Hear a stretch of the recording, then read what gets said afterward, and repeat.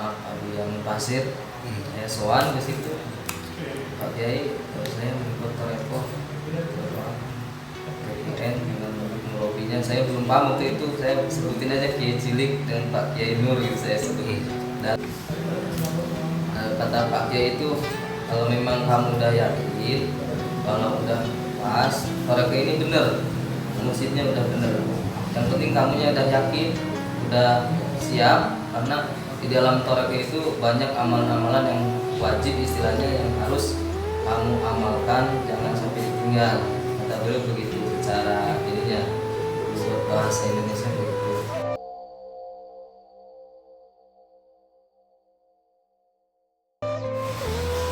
Assalamualaikum warahmatullahi wabarakatuh. Sobat Laskar Karawaci, kali ini kita kedatangan tamu Kang Komar. Boleh mengenalkan diri kan? Assalamualaikum warahmatullahi wabarakatuh.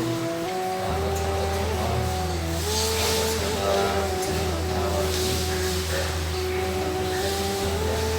Nama saya Al-Fatihah dari Serang. Sebelumnya Kang Komar, sebelum mengenal TKN dan TKNS ini, asalnya dari pengajian atau ikut pengajaran di mana? Sebelumnya saya sebelum mengenal Torekoh TKNS ini, saya berasal dari pondok karena saya pesantren di sini yang belajar Pesantren daerah mana? di daerah Padalincang sekitar 12 Berapa lama di sini? santri dekat kalau itu istilahnya ya, sekitar 1 tahun 2 tahun pindah, kadang ke situ lagi, kadang ke rumah, kadang pindah ke Bogor, karena alhamdulillah daerah sana itu pondok pesantren itu kalau banyak sih enggak, lumayan ada gitu. Berarti tidak tempat-tempat pesantrennya gitu ya? Iya, iya. Dan pernah di pondok pesantren itu seorang ustadznya tahu mengasih amalan seperti ini ataupun amalan buat menarik rezeki, dan itu semua alhamdulillah udah saya coba Menjalani ya? jalanin istilahnya, tapi kurang powernya gitu. Beda setelah udah mengenal bagian ini. Dari kalau Kang Komar sendiri mengenal TKN ini dari sosmed atau ada kenalan temen yang mengajak? Jadi begini, karena saya itu istilahnya pernah ikut apa namanya ya, ngaji urut atau jamaah tabligh. Nah di situ karena saya pernah ikut jamaah tabligh, terus saya ikut dengan grup-grup yang istilahnya ada di kaitannya dengan atau suasana jamaah tabligh. Nah di situ ada seseorang yang memposting, yang itu apa grupnya saya lupa, memposting dengan ininya sang kiai gitu. Oh, bisa saya Sang kiai. Nah dari situ saya baca dari awal itu, baca sampai terakhir, dan setelah saya baca sampai terakhir dan saya cross check yang posting itu, dia juga jamaah PKN yang berasal Jawa Timur, namanya Mas Dadang. Terima kasih Mas Dadang, dengan wasilahnya beliau mengupload atau mengasih informasi lah sang kiai. Alhamdulillah saya bisa hidayah istilahnya masuk PKN. selama di pondok itu Akang kan katanya tadi udah suka ngamalin yang diajarin ustadznya ya. Nah dari yang diajarin ibu dan itu pernah dipraktekin atau? Kalau dipraktekin sih belum. Kalau powernya ada, cuman beda lah sama yang sekarang. Jadi istilahnya kayak semacam amalan Raduni ada, tapi toh gitu aja, kalau kita nggak belajar ya kurang juga itu. Raduni itu kalau saya pernah dengar dia kayak tenaga dalam juga ada ya, sama kontak. Iya, ada itu yang kontak, ada yang bisa istilahnya kalau namanya sigaret itu ya, kayak semacam ilmu setrum dengan manggil hodam itu, jadi bisa gerakan-gerakan tergantung dia hodamnya minta gerakan apa, misalnya ilmu macan atau ilmu Semacam kehadiran ya. Iya gitu. Itu masukin ke tubuh abang juga gitu. Iya. Tapi itu udah pernah praktekin. Pernah dipraktekin. Gimana itu hasilnya? Hasilnya begitu udah masuk hodamnya itu pokoknya pikiran wah ngawur itu, semrawut, kadang gak karuan, kadang ada jin yang masuk tanpa kita minta, kadang ada yang ngaku-ngaku ini roh bapak saya, ada bapak tua saya atau kakek saya atau leluhur saya itu masuk ke saya. Sampai saya pernah itu pas masuk minta hodam ilmu macan, cemande istilahnya. Pas saya ngamuk-ngamuk, gak taunya di belakang ada pohon tuh, pohon besar, pohon jambu kalau nggak salah itu. Wah, saya ngamuk-ngamuk itu nggak sadar kan di pohon, alam sadar seperti itu. Akhirnya saya kena ini belakang pinggang ini, kayak semacam patah itu, ini nggak tahu. Petok. Iya, untuk pohon itu. Tapi yang masuk hodam macan itu macan khususnya. Enggak, cuman gerakannya aja, Gerakan gerakan yang kita minta hodam apa, minta ilmu apa, itu gerak sendiri, refleks. Berarti kalau kayak ada kebalan juga masuk juga gitu ya. Kebalan juga ada, kalau tingkatan tinggi ada, cuman ya itu prosesnya harus ada puasa dulu, harus ada satu tirakat tertentu. Ada amalan-amalannya ada juga ya. Iya. Selain yang kehadiran itu ada apa lagi? Untuk belajar di pesantren. Kalau yang positifnya sih banyak, itu kan istilahnya kata Ustadz senior ataupun ada yang biasanya Ustadz beda-beda pendapat itu, ada yang belajar polik juga boleh, belajar kitab kuning juga nggak apa-apa, semuanya juga bisa nggak apa-apa. Ada yang udah ngaji kitab aja, belajar bisa baca kitab kuning, memperdalam ilmu syariat, itu udah cukup istilahnya buat anak santri-santri. Ada juga yang harus diperbekali dengan kayak itu semacam ilmu pengisian gitu ya. Jadi semuanya yang santri itu dibekali semuanya gitu. Ya tergantung kiainya, ada yang memperbolehkan, ada juga yang tidak gitu. Mungkin ada dari sosok seseorang ini mampu apa enggak, mungkin wajarnya ya kalau dikasih amalan Raduni mungkin dia tahu nggak kuat, makanya dia nggak dikasih amalan itu. Ya posisinya seperti itu. Setelah kalau dari amalan itu yang tadi alhamdulillah ada pokoknya pemikat apa? Pengisian. Itu pengisian apa mas? Pengisian hodam bisa menguasain. Kadang kalau yang udah tinggi katanya sih, jadi nunjuk aja gini udah istilahnya apa? Gelas kaca itu pecah, Ya. pecah dengan konsentrasi penuhnya dia, dengan keyakinannya dia, dan hodamnya yang ada di badannya dia, kalau yang tinggi ilmunya bisa pecah. Tapi kayak sulit cap-casan dong ya? Ya semacam begitu. Tapi ada juga efek negatifnya kalau yang enggak sampai kesampaian, ada yang enggak istilahnya kuat badannya, bahkan ada yang sering kena gangguan jiwa semacam kena yang masuk itu ya semacam jin itu. Jadi jin itu kadang jin yang mana ketarik, kadang karena posisi kita itu udah minta masukkan makhluk astral, jadi jiwa kita itu mudah termasuki dengan entah itu jin baik, entah itu jin yang tidak baik.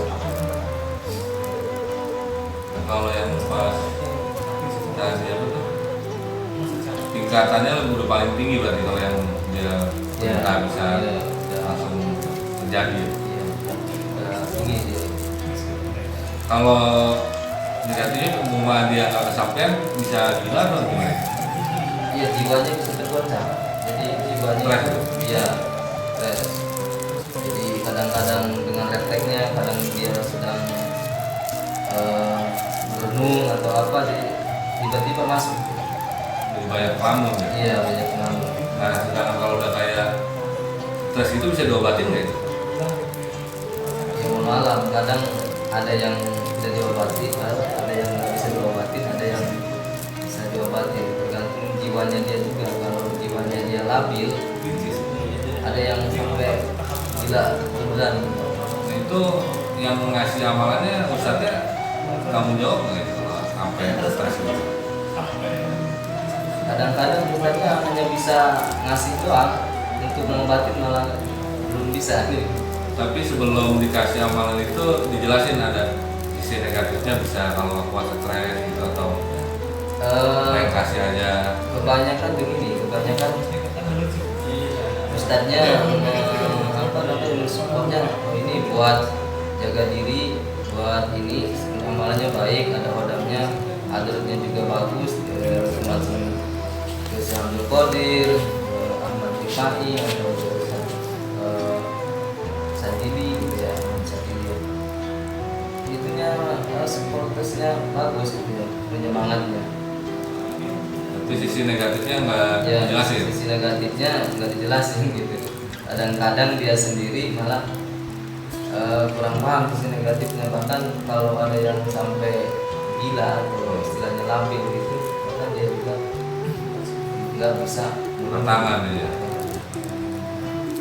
Ini seharusnya kan namanya dia kasih amalan, seenggaknya dia punya penawarnya kalau terjadi apa-apa kan ya. Iya, ada juga yang bisa. Karena itu yang resikonya sampai gila, kasihan juga ya berarti Iya, iya. sampai gila ya. Setelah Kang Komar membaca kisah sang kiai itu kan, saya Kang Komar tertarik ya Iya. tentang perjalanan sang kiai. Nah dari setelah membaca itu yang Kang Komar rasakan apa? Jadi begini Pak, jadi karena saya sebelumnya itu karena track record saya dari anak pondok lah katakan gitu ya. Jadi saya juga pernah lihat-lihat dengar-dengar gitu kalau amalan yang ada mursyidnya yang Rasulullah itu enak dibawanya, atau ada yang istilahnya ulama warasatul anbiya itu ada di mursyid gitu kan, istilahnya begitu. Makanya saya penasaran sebelum masuk ke Toreko ini TKN, saya ditawarin karena tengah-tengah saya itu banyak yang nawarin Toreko Tijaniyah, Toreko ini. Jadi saya dalam hati nuraniku banyak. Oh iya gini.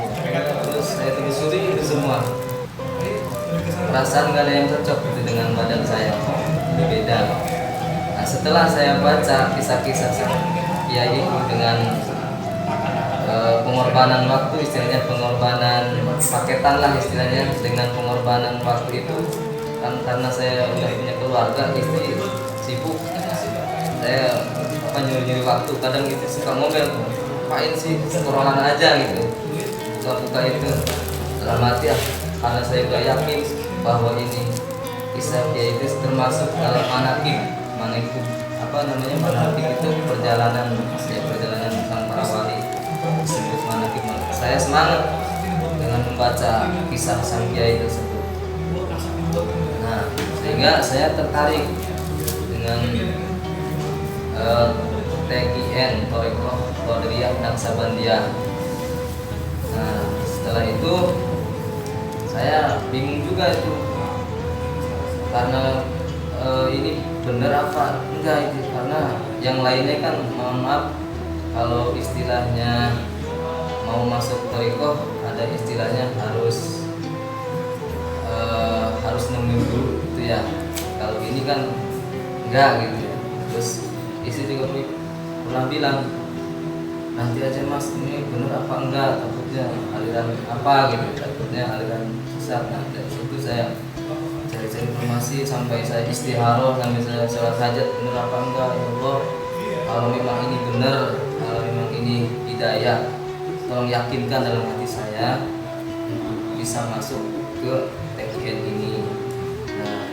itu saya sowan ke istilahnya Abuja lah, istilahnya kayak semacam Abuja Pasir.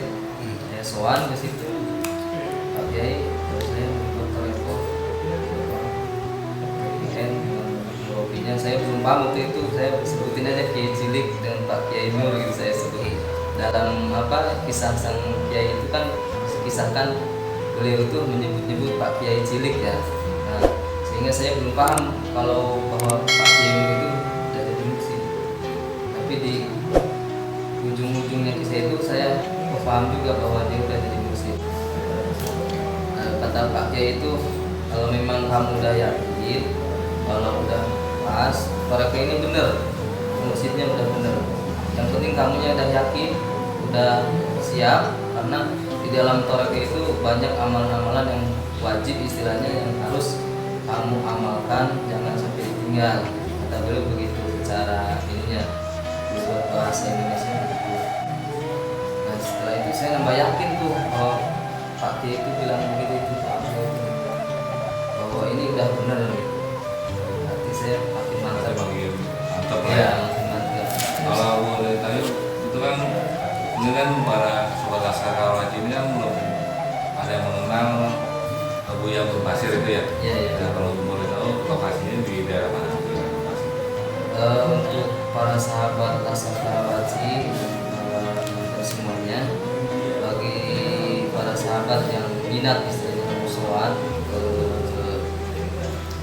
Abu yang Pasir, itu lokasinya ada di daerah Padarincang, cuman perbatasan Padarincang Ciamas, sebenarnya dekat kalau dari daerah saya. Satu jalur itu ya. Iya, satu Jadi jalur. kalau di Ciamas itu terkenalnya Abu Yasari ya. Albasari, iya.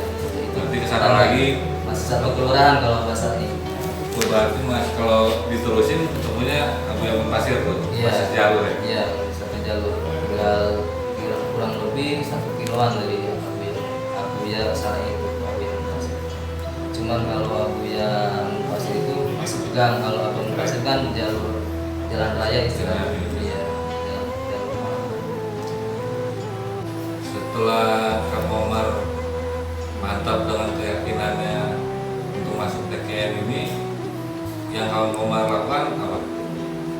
Jadi karena saya katakan tadi sebelum saya minta ke Mas Dadang tadi itu ditunjukin gurunya bahwa saya udah yakin udah mau masuk TKN, dia suruh baca dulu tuh kisah sang Kiai. Nah, perjanjian beliau kalau udah selesai baru saya kasih tahu cara-caranya mandi tobat sama selanjutnya itu zikir fondasi dan puasa tingkatan sebelum diperkenalkan dengan sang Robi langsung. Setelah itu saya selesaiin dulu karena saya saking kuatnya keyakinan, saking kepinginnya masuk toreko ini karena perjanjian Mas Dadang itu harus selesai dulu, maka saya selesaikan dulu. Perjanjian yang mandi tobatnya di WA itu. Jadi kalau udah selesai nanti saya kasih tahu cara mandi tobat. Jadi untuk masuk TKN ini harus mandi tobat dulu gitu. Cara-caranya nanti saya kasih tahu. Nah, setelah saya selesai, kemudian saya kontak sama Mas Dadang. Mas, alhamdulillah saya sudah selesai membaca sang Kiai. Oh iya, alhamdulillah. Terus saya boleh nggak itu masuk TKN? Ya boleh. Ini cara-caranya mandi tobat dulu. Dan waktu itu dia ngasihnya satu persatu beda. Pada kemudian yang senior-senior daerah saya ini bisa disatuin antara zikir fondasi dan mandi tobat. Dulu Mas Dadang hasilnya cuma mandi tobat doang gitu. Ya, mandi tobat dulu, kemudian langsung ke tingkatan kedua zikir fondasi. Pas saya praktek, alhamdulillah karena udah kenal teman dekat sama zaman PTN, ternyata bisa digabungin. Nah setelah itu saya buka-buka di internet, ada di internet itu istilahnya Makom Ma'rifat. Saya kenal juga dengan namanya Mas Dendi Kuswandi itu ya, misalnya. Nah, di situ saya karena saking penasarannya saya udah kuat keinginan untuk masuk ke toreko ini, saya saya hubungi juga Pak Dendi. Oh iya, kami terima, terus gini dulu. Setelah itu diarahkan ke daerah yang terdekat, daerah Ciamas itu untuk manakibnya ya, atau tempat majlisnya itu diantaranya daerah Bibit yang tuan rumahnya apa Haji Sunarto dan Pangapun gitu. Saya terus cross check semua, semua, bahkan sama beliau juga Mas Marno saya kenalan itu, Pak ini saya gini dari ini kenalan dari internet dari Jawa, saya ininya kenalnya gitu, diarahinnya ke sini. Oh iya nggak apa-apa. Pas kebetulan belum lama itu setelah mani tobatnya saya belum selesai itu, prosesnya lama karena harus jangan terputus. Tapi sih ada motivasi dari senior bahwa semakin lama kita menjalankan itu, semakin pohonnya banyak, semakin istilahnya kita itu pahalanya lipat-lipat, istilahnya semangat lagi itu. Terus saya semangat hampir 5 bulan kalau nggak salah itu baru saya jalanin mandi tobatnya itu. Mandi tobat itu, iya. Nah kebetulan waktu itu belum lama ada zikir safari itu Pak Kiai itu di daerah sini. Tapi saya itu belum dibolehin sama istri, masih khawatir karena tadi itu takut aliran apa gitu, karena dapatnya dari internet. Telatlah saya datang ke sini. Setelah beliau datang ke sini bulan depannya kan ada zikiran bulan itu, baru saya bisa hadir ke sini, baru bisa hadir ke majelis tambah. Iya. Nah, mandi tobat itu saya jalanin sampai sekitar 5 bulanan Pak. Itu berarti Udah putus-putus? Iya, udah putus asa saya itu. Bahkan ada yang bilang, ya saya nggak ini ya, namanya ada yang bilang yang penting mandinya aja, nggak apa-apa mandi tobat katanya. Ada niatnya, nggak harus gini, nggak harus full 41. Saya ragu juga tuh. Bahkan ada yang bilang juga itu yang dari Jawa itu, saya nggak saya sebutin juga namanya. Nggak apa-apa langsung aja puasa tingkatan gitu. Karena udah 5 bulan kan. Terus alhamdulillah saya lama kelamaan terus saya lihat postingan dari senior, ternyata lihat tuh kayaknya ini nih akunnya Pak Kiai, baca oh iya ini. Terus saya mencoba inbox Pak Kiai, minta arahan. Itu saya kenalin diri saya pribadi. Terus awal mula saya masuk TKN, saya kenalin ke beliau dengan sebelumnya assalamualaikum, salam takdim saya Pak Kiai. Mohon maaf bahwa saya ini udah hari gini mandi tobat 5 bulan kok saya belum pulih, gimana Pak Kiai, apa boleh saya lanjut ke puasa tingkatan? Kata beliau dengan singkat begini, jangan dulu, lebih baik mandi tobat jalani dulu dengan sempurna karena manfaatnya ada untuk kamu. Dari situ motivasi saya makin tinggi. Pak Kiai langsung menikah begitu, udah saya jalan semangat lagi. Saya alhamdulillah dari situ hanya putus 1 kali setelah menginbox beliau, hanya putus 1 kali, udah 15 hari. Terus lanjut saya alhamdulillah sampai 41. Iya, dengan saya minta doanya juga itu begitu. Alhamdulillah setelah mandi tobat terasa kok beda ya.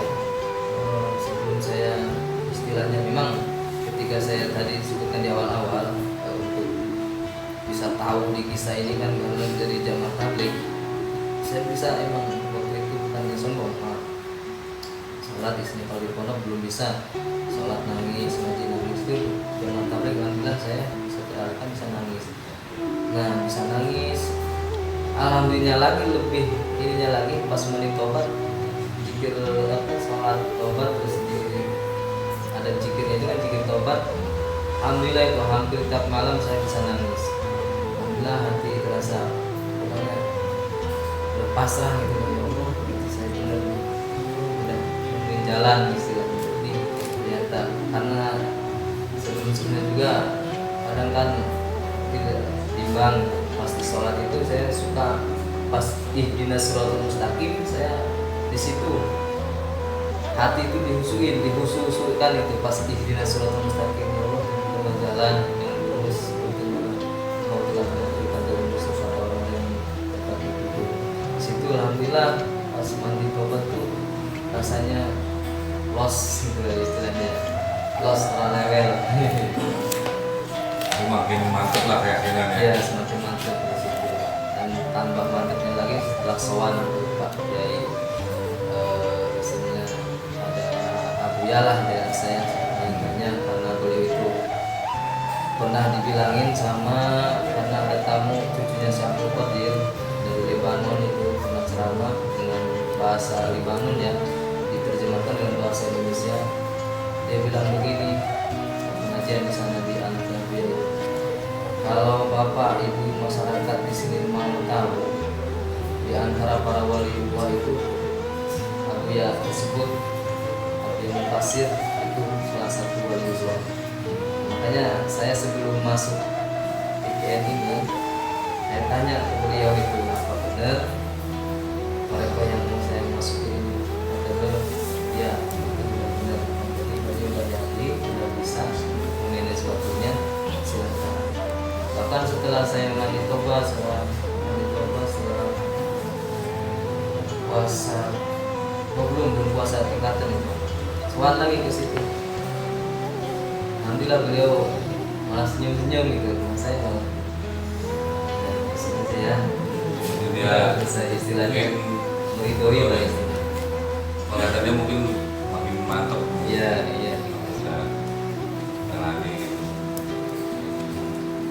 Bang mandi tobat 41 hari nggak putus itu, lalu apa lagi kiranya Bang? Alhamdulillah karena udah diarahkan ke daerah terdekat, terus saya sering sharing sama para senior yang dari jamaah TKN atau muridnya Pak Kiai ini, saya bisa dibarengin mandi tobat sama zikir fondasi. Kalau mandi tobat 41 hari tadi itu tanpa putus, kalau zikir fondasi itu 2 bulan namanya tanpa putus. Alhamdulillah saya waktu itu zikir fondasi belum selesai, kalau nggak salah mandi tobat alhamdulillah udah selesai, karena sebelumnya zikir fondasi itu putus juga itu, kadang semaunya dewek gitu istilahnya ya, kadang ya maghrib gitu, kadang kelewat karena kesibukan dan lain hal sebagainya gitu. Terus kemudian diarahkan zikir fondasinya jangan sampai putus. Alhamdulillah mandi tobatnya udah selesai, zikir fondasinya saya ulangi lagi itu sampai jangan putus. Kalau nggak salah pas itu mandi tobat menjalankan hari ke 27 kalau nggak salah, baru saya barengin awali dengan zikir fondasinya, dimulai dengan mandi tobat 27, zikir fondasi baru mulai itu, iya tanpa putus. Istilahnya tanpa putus di sini karena arahan para senior, kalau misalnya satu hari itu kan sampai asar itu udah mentok itu katanya. Nah, kalau misalnya asar itu belum dikodok, kalau istilahnya tawaran ketinggalan, maka harus diulang dari awal. Alhamdulillah dengan arahan para senior, terima kasih para senior,